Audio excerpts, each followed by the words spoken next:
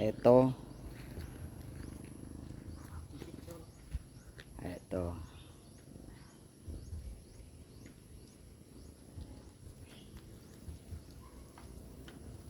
ito ang bahay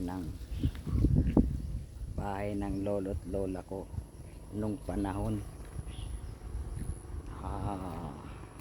Itong ancestral house nila mama nang sila magkakapatid. Yan.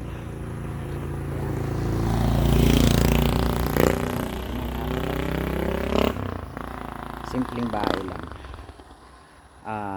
Ito rin ang lugar at bahay na sinama ko si Ana dito 1987. Yeah, 1987 dahil 1989 ako umalis papuntang Italy. Dito ko isinama si Ana nung panahon na yon. Grabe. Pero noon mga lupa pa lang yan at bato-bato. Gawa lang sa kahoy. Gawa lang sa kahoy, walang pader, walang pintura, wala lahat. Pero ngayon itong bahay na to ay napunta na sa kapatid nila mama ko na bunso, si uncle ko na nasa Italy. Kasi nung mamatay sila nanay tatay, yung lupa nila nanay tatay ibinigay na sa magkaapat na magkakapatid at pinaghati-hatian na nila. So ito ang parte ng uncle ko, ginawa na nila to, pinagawa na nila to, maayos ng loob, malaki, ganon. Yun. Yun.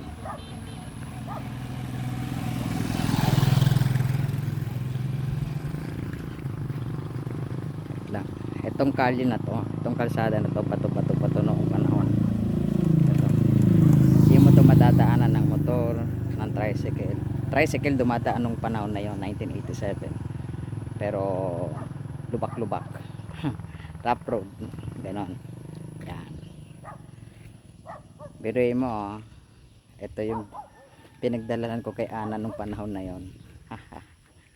Kakatuwa. Tapos ito rin, dito rin si Daddy Albert pumunta nang sinundo niya si Ana, naka private plane. Yun. Yan, dito. Tapos sumakay si Daddy Albert ng motor pabalik papunta doon kasi dati ilog ang tinatawiran namin papunta rito. Yan. Yan. Nakarating si Daddy Albert dito. Yan. Ito ang bahay nila, uncle ko. Okay. Tapos yung after ng bahay ng uncle ko, sa kapatid naman ng mama ko na nasa Italy din. Tapos sumunod na yung sa mother ko. Yan. Wait lang medyo nasa kali ako.